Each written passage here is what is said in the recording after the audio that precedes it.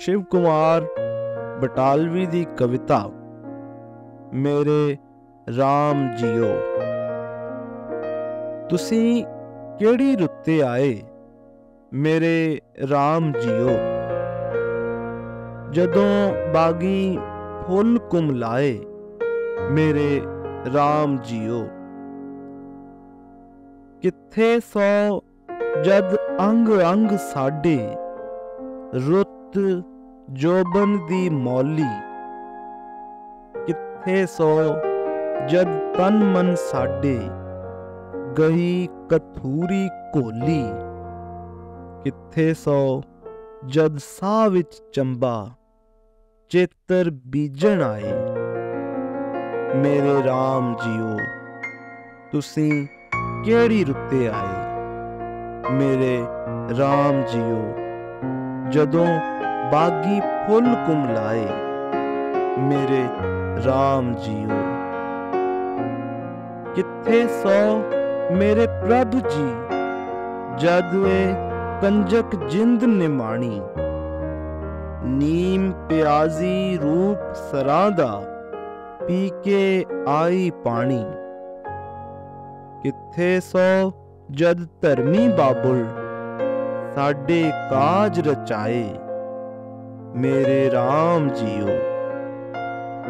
तुसी केड़ी रुत्ते आए मेरे राम जीओ।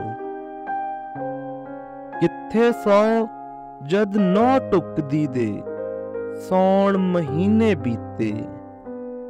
किथे सौ जद महका दे असी दीप चमुखिए सीखे।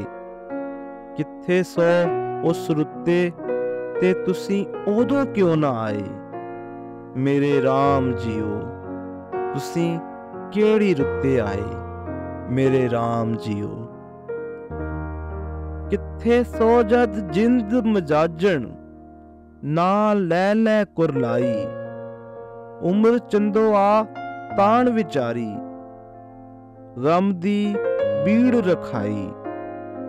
किथे सौ जद वाक लैंदियां होठ न असा हिलाए मेरे राम जीओ।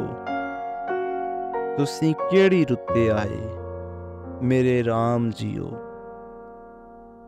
हुण तां प्रभ जी ना तन अपना ते ना ही मन अपना। बहे फुल दा पाप वडेरा देवते अगे रखना।